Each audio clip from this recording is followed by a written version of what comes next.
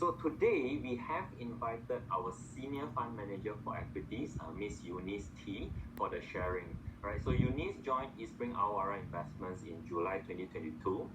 She brings with her more than 8 years of experience in the fund management industry. And prior to joining EastSpring, she actually worked at Kenanga Investors Berhad as a fund manager, where she actually oversaw the management of local and regional funds as well as private mandates. Eunice started her career as a buy-side analyst at Libra Invest Berhad, covering Malaysian and regional equities. She holds a Bachelor of Commerce in Finance from the University of Queensland, Australia, and is a CFA charter holder. So, without further ado, I will pass the session to Eunice. All right, so over to you, Eunice.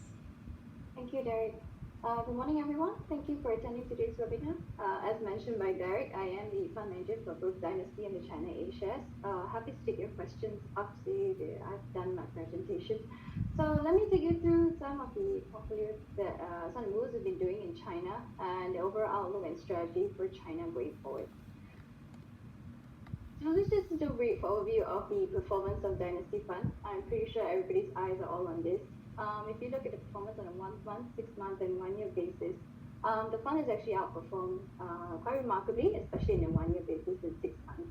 I will run you through in terms of the portfolio strategy that we took in the last year, and that actually gave us a significant outperformance versus the benchmark. Overall to the to the Islamic China A shares, as you can see as well on the 1 month, 6 month, and 1 year performance, the fund has also outperformed the respective benchmark. So just a deeper dive on Dynasty, as you recall, China was not doing well last year, and the fund actually, in terms of strategy, we were underweight China. If you can see on the chart as well, the table actually shows that the fund continues to be underweight China and with a slight overweight with Taiwan.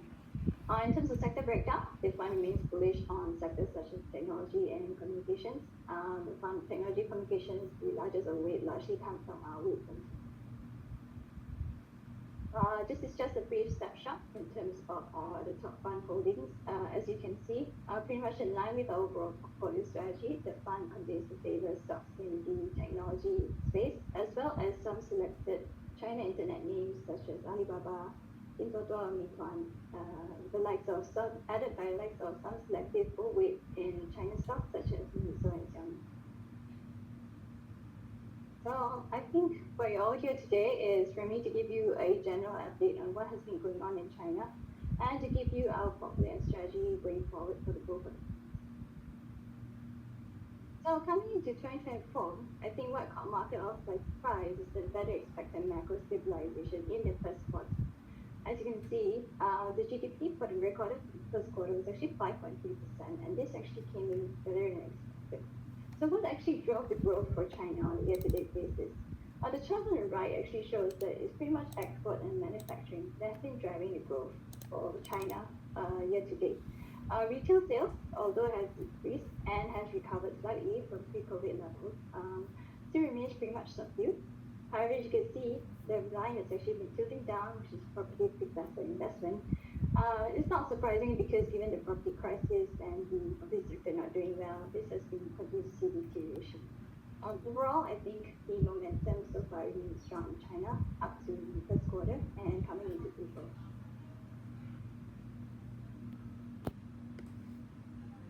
Let's look at the two growth drivers that we see.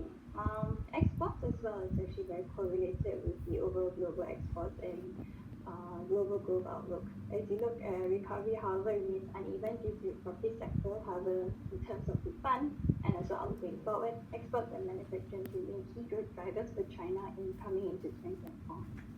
So external demand and new energy especially, which is actually driving investments in China, will help actually pick up some of the drag that's coming from property. So if you recall, property sector crisis actually started in 2021, and this largely due to refugee reasons as well. The three red lines policy that the government actually announced was actually quite damaging to the sector. Let's fast forward to 2024. If you look at 2024, historically the property sector used to contribute about 30% of growth. That also means that coming to 2024, now firstly in the third year, the size of the property sector has no doubt shrunk, and hence the impact to overall GDP expected to be less coming to 2024. So exports as a whole remain a spot for China, and due to resilient global growth, US growth continues to be quite resilient as well, and that should help sustain demand in China.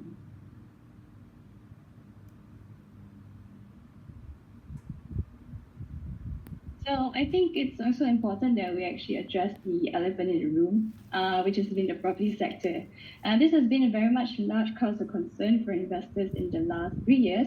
However, unfortunately, the property sector has yet to show any signs of stabilization. In terms of monthly primary housing sales, it continues to see deterioration. And the chart on the right actually continues to show that housing inventory continues to increase among the 70 largest cities. So unfortunately, not good news. However, there is positive news coming into April Politburo's meeting. So what was actually very significant in the April Politburo meeting is that property stimulus actually saw a tilt towards destocking. And this was actually signaled a major shift because the past property stimulus and policies have largely featured and tried to stimulate demand. And I think the government actually took it back and said, okay, this is not working, and we are trying to address it from the supply side. So that actually signals a major shift in how the government is actually trying to tackle the property crisis. So also, actually, what was significant is the government actually came out and asked some of the local governments to try and purchase some of the unsold projects, and also to help digest the overall inventory.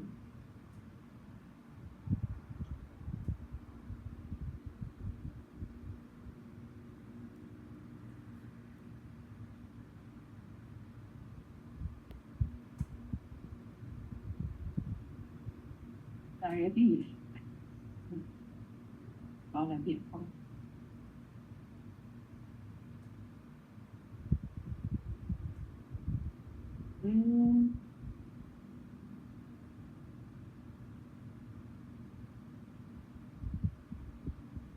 Can someone help flip back the slide? I think that's actually.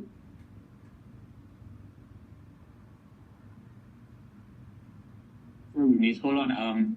Yeah, I don't know what it's from. It should be a sign. Yes. Okay, thank you. So there has been a lot of efforts to have stabilized the property, and momentum in the property stimulus space actually gathered a lot of momentum since the April Politburo, and that is actually a strong signal from the government that they are willing to address the key issues in the property sector, and to do it in a more creative and actually healthier way versus stimulating demand, which so far has proven a bit ineffective. So there was a broad rescue package unveiled in May.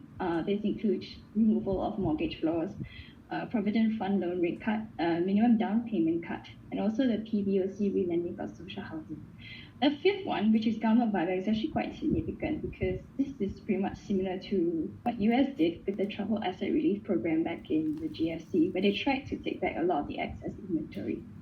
If you look at GFA sold, we have yet to see a turning point. However, and also if you look at the past property stimulus in terms of rate cuts, has so far been ineffective. The chart on the right actually shows that new home sales continue to see a decline, and on the reverse, despite the decline in mortgage rates, this has so far failed to actually stimulate any new demand. So on impact to property measures announced in May, the governments and SOCs are to buy back some unsold homes and induce land for developers. And this is expected to be funded by periods, and it's actually quite a significant shift because it shows that the central government is actually stepping in. While the current size of the program is 500 billion, and just eyeballing it looks small. However, I think the overall signaling and messaging from the government is actually more important going forward.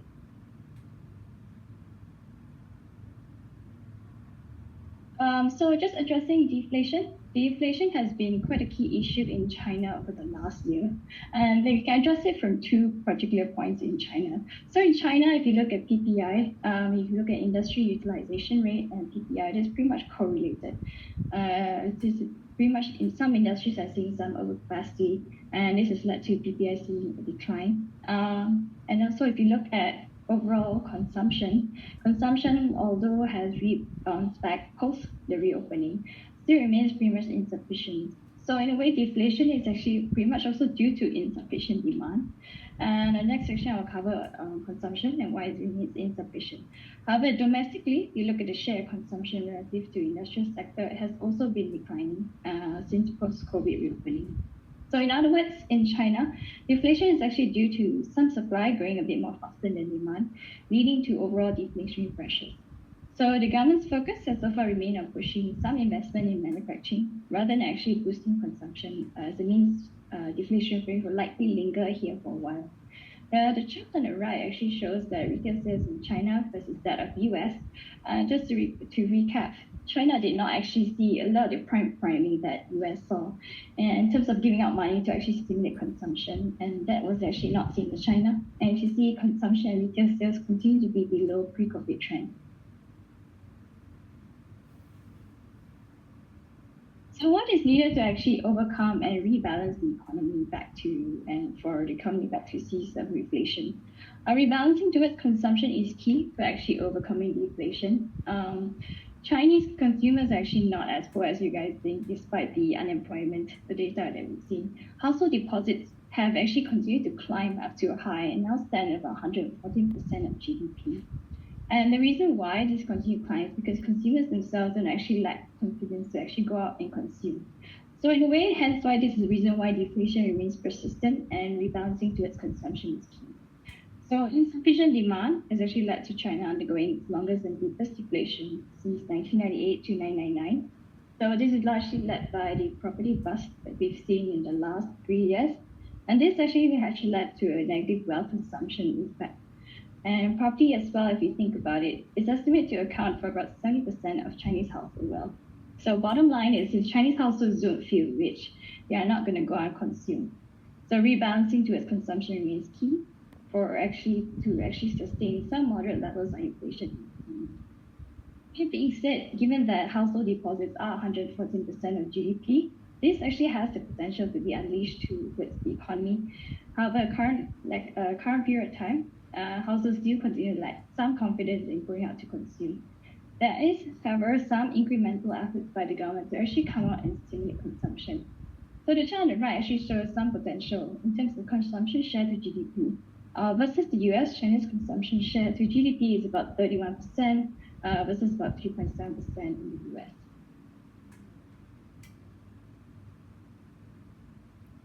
So let's look at overall policy picture and the policy landscape for China. On a overall basis, monetary policy remains accommodative. And the last 2 years as well, China has no doubt been actually cutting rates, and this is in efforts to actually try and support the property sector. And if you look at the rates in right, the key that supports the property sector is actually the 5-year LPR rate, it's the line in gray. This so far, like I mentioned in the slides on property, has so far had a limited impact on overall property demand. If you look at real estate and what they're actually trying to help close the gap is, if you look at what real estate investment used in terms of the size to overall economy, it used to be pretty much significant.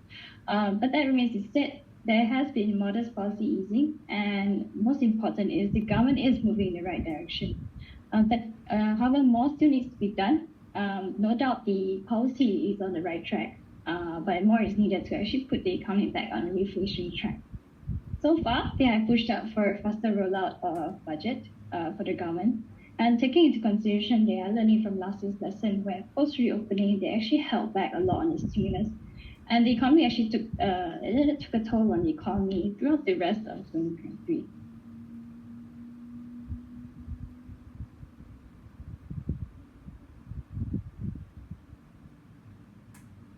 So bottom line on policy, this policy seems to be moving in the right direction since April equilibrium meeting.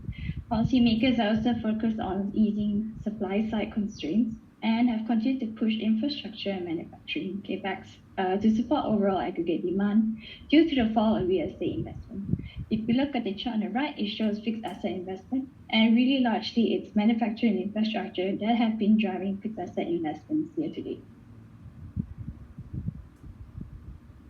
So what's important for policy going forward, and it's important for us to keep watch as well, is riding on the policy momentum to ensure that there is timely and effective implementation. So for government, executing on the policy they mentioned and having that see the impact is actually very important for the economy to sustain its current momentum. So a recap on the April equilibrium meeting. The overall meeting actually was quite significant in terms of they reiterate the commitment for economic support. the government actually emphasized policy continuity so that the economy does not actually lose momentum. And more notably, the tone was actually more supportive on the fiscal policy and property market front. Like I mentioned previously, they are calling for a faster issuance of government bonds, warning that late implementation and taking that was the case in 2023 and why the economy's momentum failed to sustain last year. And the major shift in housing policy was what investors actually really focused on. They signaled a very pragmatic shift in housing policy and actually called for explicit digesting of housing inventory after almost a decade. So you can imagine how significant this is that the government cannot. We have to address this from a supply side angle and help digest inventory. So coming into 2024, the overall picture for China is policy support remains key, and property stabilization as well remains key. We have seen the government actually reiterate their policy support. However, we have yet to see any signs of property stabilization yet. So 2024, given that the current momentum we've seen in the first quarter, it could be a defining year for growth stabilization in China after the past 2 years. Note that being said, reflation could still be a bit challenging going forward. So the government still has a lot of tools and measures that it can to actually address whatever weakness that is in the economy and actually bring back inflation. Li Qiang actually announced that on the two sessions meeting that they had in March, that the government is actually aiming for around 5% GDP growth target. However, the baseline scenario, what overall investors and consensus expecting of a growth of 4.5 to 5% GDP growth target this year, actually kind of signals they don't actually have a lot of confidence. Hence, it's important that policy momentum sustains from here going forward. So growth-friendly policies are still expected to continue. However, you don't expect any large-scale stimulus like what you kind of see in the US. Policy pivots are taking place, and the government is actually a bit more adamant in terms of supporting the economy and solving the housing inventory issue. Manufacturing and green capex should remain strong, outweighing some of the softness that we see in construction due to the property sector. So overall, there is modest policy easing. Policy is moving in that direction. However, it's something that we should monitor going forward. They have also made incremental progress in stabilizing the macro and containing the debt deflation. So while the scale and timing actually remain uncertain for an actual reflation, gradual stabilization in the housing market should actually help support and mitigate some of the headwinds we see. Well, let's talk about China's year-to-date performance. If you look at it on a year-to-date basis, China is actually the best performing market globally. On a year-to-date basis, the MSCI China, Hang Seng, and CSI 300 have delivered growth year-to-date returns of 11%, 12%, and 6% respectively in USD terms. So the trajectory has no doubt been straightforward. If you recall back in January, we actually did see a stock market rout, and there was a heavy sell down in January before the market actually came in and started supporting it. And this was largely led by the national team in China. So some factors actually led to, was actually driving the recent rally. There were, as I mentioned, signs of stabilization in the economy. Global non-monopolies have also been hugely underweight in China for the longest of times, and a slight tilt to come back into China. That's actually also driving a lot of the fund flows that we see year to date. Some global and external factors also led to that, such as the Middle East tensions. So recovery since then has largely been gradual and pretty much measured until mid-April. And what mid-April we saw is a lot of investors turned a lot more positive on China post the April Politburo meeting, where the government actually demonstrated the policy pivot. So some context this rally includes some diversification away, like I mentioned, from geopolitical uncertainty in the Middle East, and as well rising volatility in US and Japanese markets. Some investors actually took profits from US and tech semi-outperforming names in US that actually rotated back to emerging markets.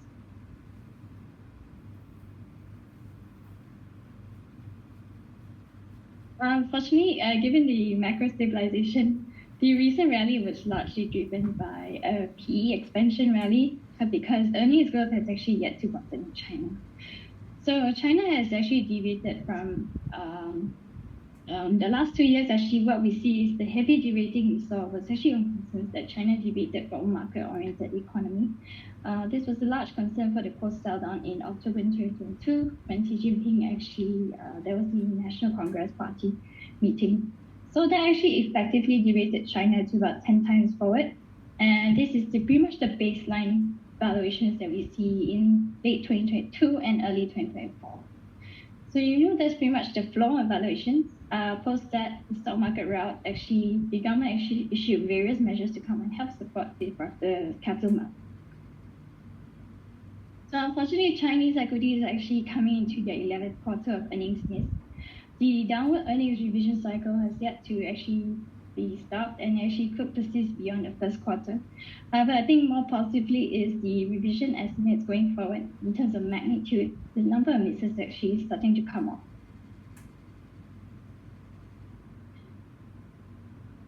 So let's talk about global positioning by long onlys in China. Before the rally, what we've seen is allocation of EM funds into Hong Kong, China. And you look at the percentage of funds in red that actually underweight China, there's a huge significant of 78% of funds actually continue to be underweight China at the end of 2023.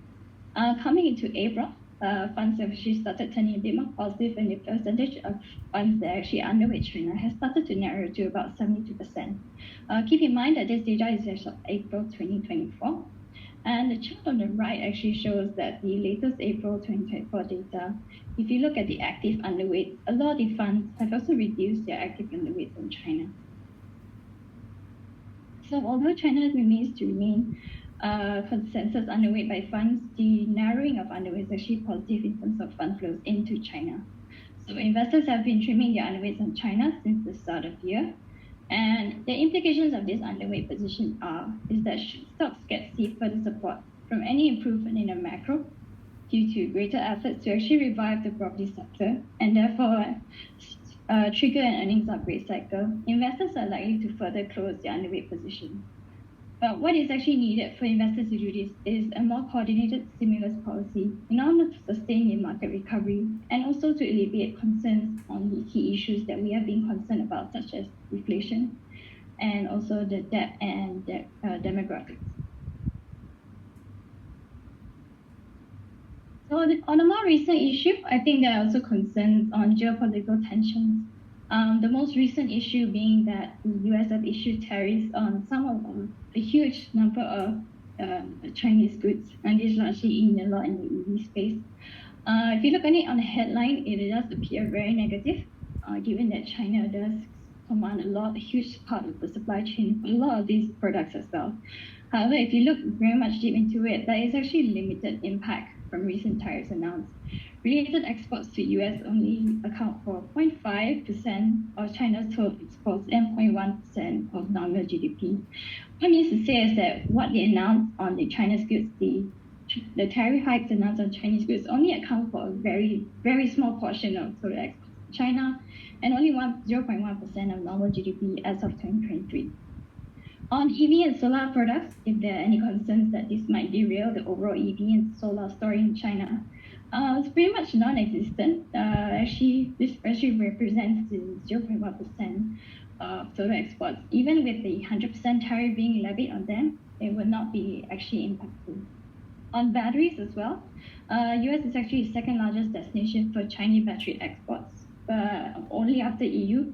But this is only about 2.7% of Chinese total exports.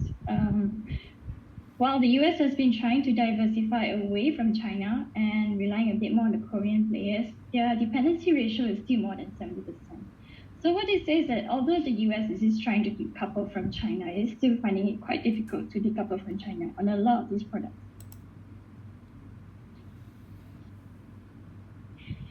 So I think coming into Greater China, we looked at Taiwan as well. And the reason why we've been positive on Taiwan over the last year as well is because the global semiconductor upturn is very confirmed and has actually bottomed since the mid of last year.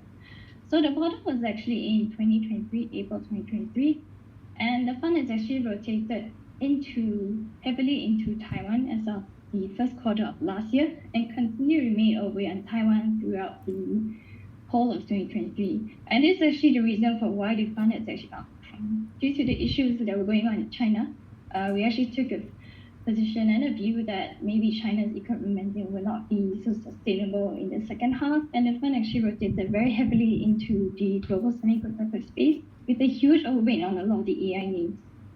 So the semiconductor cycle this cycle is actually driven by multiple thematics. So there's a sharp reacceleration and renormalization of sales post the inventory correction we saw in the last 2 years. So some of the heaviest segments that actually saw inventory correction include PC and smartphones. So 2024 is expected to be a very positive year in terms of restocking, and we do expect recovery to broaden out into the second half. So in terms of AI, we are playing it via the AI angle, the AI server angle. And if you can look at the chart on the right, although a bit technical, it does show that there are multiple ways for the fund to play in the AI thematic.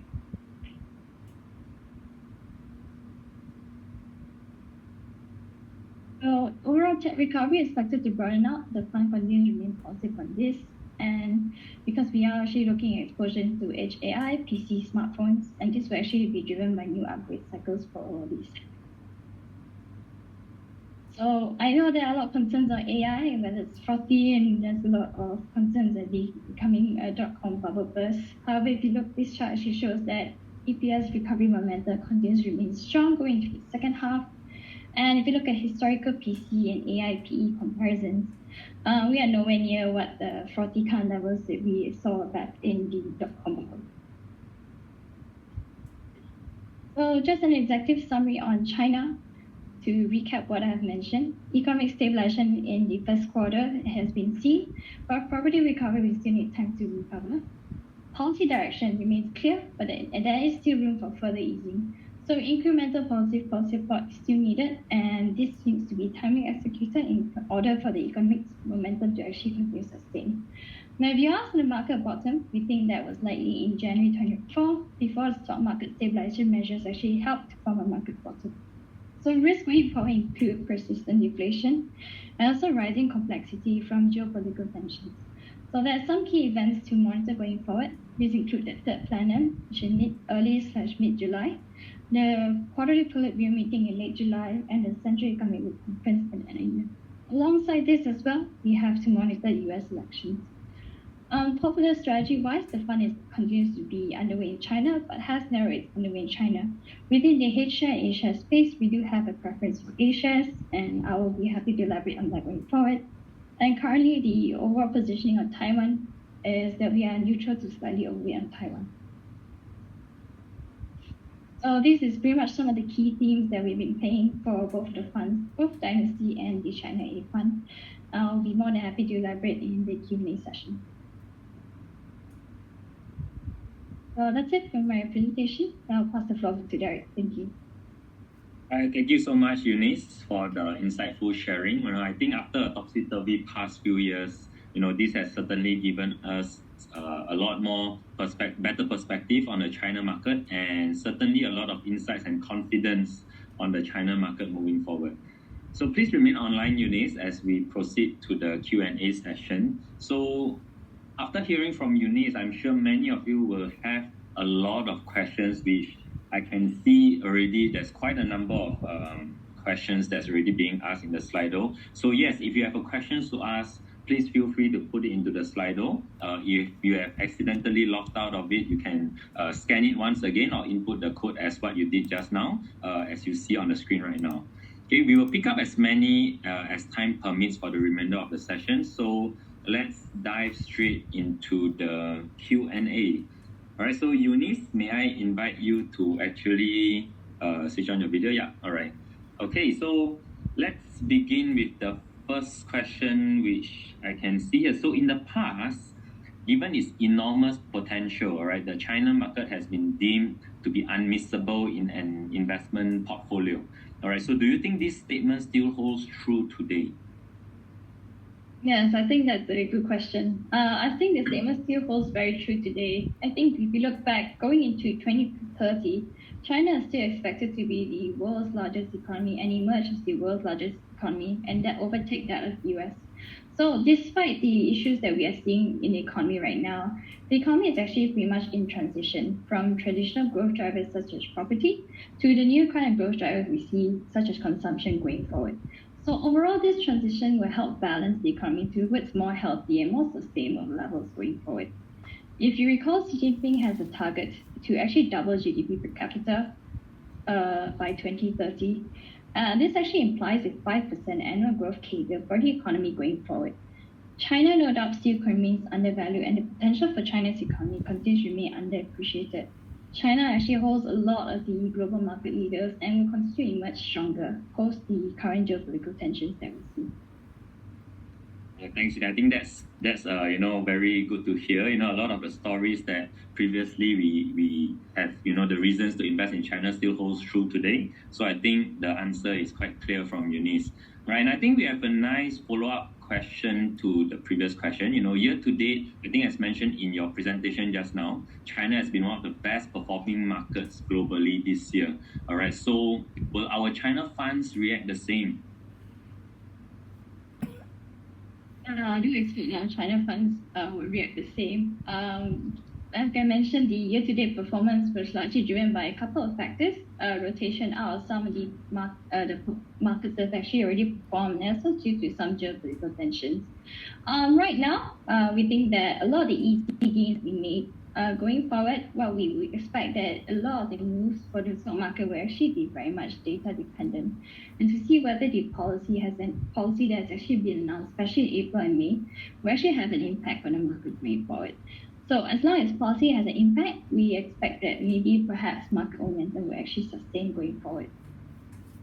I think, thanks, Uni. I think speaking of geopolitical tensions, as you mentioned, I think the next question actually is related to this, and in particular, the China-Taiwan conflict, whereby how is it actually going to affect the share market and the related industries like semiconductors?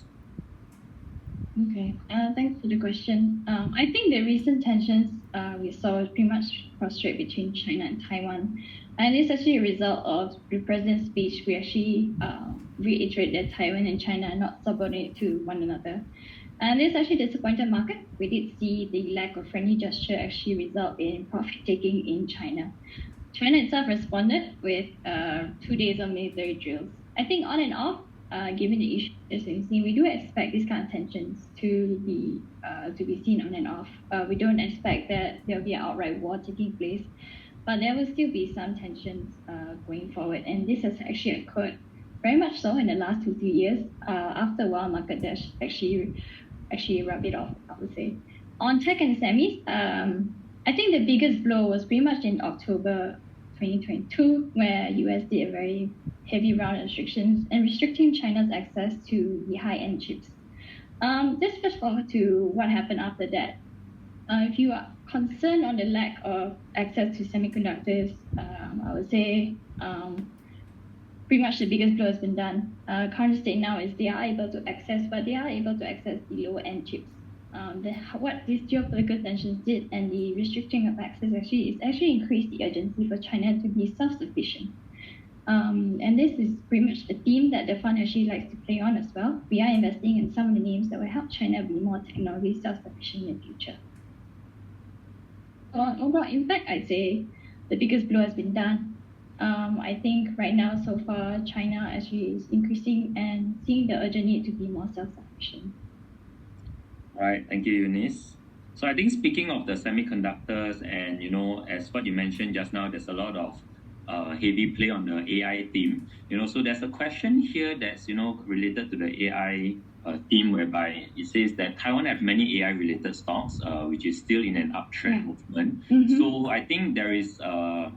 it is being noticed that there's been a reduction in the Taiwan stocks holding quite heavily in the month of March and April 2024. So could you offer a little bit of insight as to why? Okay. Just from portfolio strategy, coming into 2021, the fund was actually very much overweight on the Taiwan AI stocks. I recall the weight was above 50% and more than double the weight in China. And we have benefited from that if you look at the year-to-date outperformance in the last 1 year and 6 months. What we actually did, I think, end February to coming to March, was we actually took profit on the AI names in Taiwan, actually rotated back to China. So the fund actually did benefit from the recent rebound in China as well. Going forward, it's worth mentioning that the China momentum and policy need to be monitored for the fund in order to further reduce its underweight in China. For now, we are still underweight and waiting for policy to actually come true. The fund right now, in terms of Taiwan holdings, still have a slight overweight on Taiwan. We are looking to build back some of the positions because Taiwan as a whole, in terms of AI stocks, the actual momentum was not a straight line. There was actually a lot of profit taking in the last 2 months as well. And selectively, we are also adding back to some of the names that we earlier took fit and where we see valuations have come back to a bit more sustainable. Right. Thank you. So I think in essence, this is part of an active management strategy, we are undergoing, right?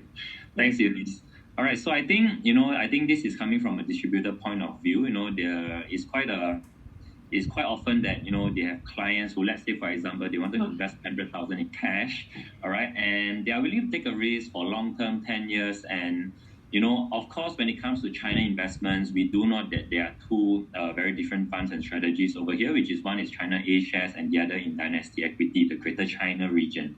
So from your personal opinion, how many percent should it be in China A shares and how many percent in Dynasty Equity? It's a tricky question. Too fun. I am not going to say which percentage you should put. However, I'll give you some of the key reasons that what contrasts Dynasty between China A shares. China A shares is actually a pure A share fund. Why we like the A share space is because it's a lot more protected and less impacted by geopolitical uncertainty versus the Dynasty fund. Also, the A fund will actually target a lot more in terms of the corporate reforms that we've seen, especially amongst the SOEs. And what we see, the A fund will likely be more stable and less impacted by geopolitical tensions. Let's talk about Dynasty Fund. So Dynasty Fund is able to invest in H-share, A-shares, and Taiwan. What you get for investing in Dynasties, you do get the AI angle, the tech angle that comes from Taiwan. And you do get a split between the H-share and A-shares. So the H-share, unfortunately, you will see some volatility if there is any tensions or geopolitical tensions and fund outflows, or because the A-shares market is largely dominated by a lot of the local investors and retail markets. So you can take your pick and how you want to. I would say a more balanced approach, but I'll leave the ratio up to you. Right. Thanks, Eunice, for showing the differentiation between the two funds. Could you perhaps offer some insights in terms of Dynasty Equity Fund? Because you mentioned that you can also invest into the A-share space, right? So usually, what's the average holding for the A-share for a fund like Dynasty Equity? The Dynasty typically holds around a 20% weight in the A-shares. The H-share weight is typically heavier, at around 50%, with about 30% in Taiwan. So that's how you should see the split. Yeah. Thanks, Eunice. So I think that gives us a clear indication of the differences between the A-shares and Dynasty space. So ultimately, I think portfolio diversification and a balanced approach would be the right way to go. Thanks, Eunice. So the next question, risk versus return. So is the potential return from Greater China greater than the risk that comes with it? I would say at the start of 2024, market valuations for MSCI China were about 10 times. This is pretty much the low that we saw in October 2022. That actually, no doubt, the low does signal cheap, but it's also due to a varied number of reasons. So let's look back in the last 2-3 years, what has happened then versus now. I would feel that the risk-to-reward ratio right now is a lot better. If you look at the last 2 years, we were plagued a lot by issues such as, namely, the biggest elephant in the room was property crisis. In 2021, the overall economy saw a huge regulatory reset, especially with the Chinese internet names. 2022 was no doubt we saw on and off lockdowns throughout 2022. And 2023, despite the initial optimism that we saw post-reopening, economic momentum actually failed to sustain. Coming into 2024, what we've seen is economy has already stabilized. As long as policy moves in the direction, I think that risk-to-reward ratio at current stage remains. Thank you, Eunice. The next question is actually a follow-up from one of the questions that we actually asked just now. Yes, we do understand that the China market cannot be ignored. It's huge. The potential is huge. But, are you looking positive on China this year and next year? So pretty much more on the short-term view. I think on the short term, a lot of the easy gains, personally as a fund manager, I think a lot of the easy gains have been made. The fund has benefited from rotating back into China gradually since February, and we did catch the up. lot of investors were a bit kind of cautious. If momentum were to sustain, it would have to be backed policy and stimulus so that economy will actually, the momentum that we see in the first quarter will actually carry out throughout the year. China also needs in terms of policy front. I can't stress the importance of policy going forward in terms of addressing a lot of the key issues of the economy, such as poverty, unemployment, and debt as well. And looking more positive, but it will be very much data dependent and dependent on the policy. All right. Thanks, Eunice.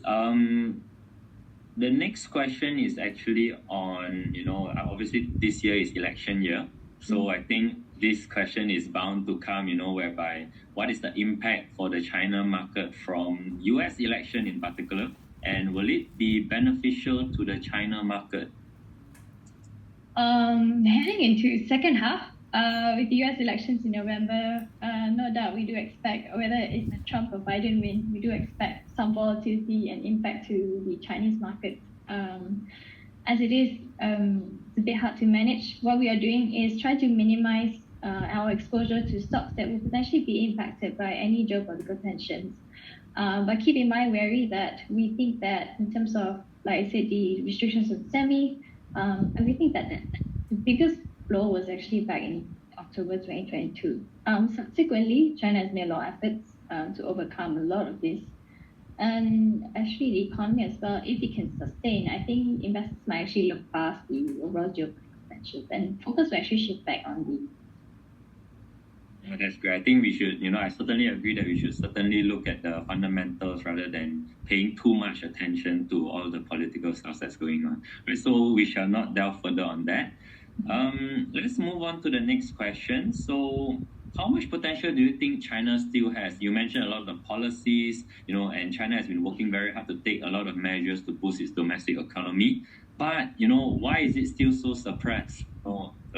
When can we finally see things moving in the right direction? I understand the frustration. I think if you compare it to the US in terms of the broad measures and support that have been announced by the government, the US economy, the US actually pretty much went all out, whereas the Chinese government is taking a bit more measured approach. I think if you look back historically back in GFC, they really did do a bazooka kind of stimulus, and that actually continues to take a toll on the economy. So they are very cautious that any actions they take or any large-scale stimulus would have longer-term effects on the economy. That's my take. Also, what they're doing is trying to transition the economy from the traditional kind of stimulus measures such as property back to a bit more balanced approach so that the economy overall will be more sustainable going forward.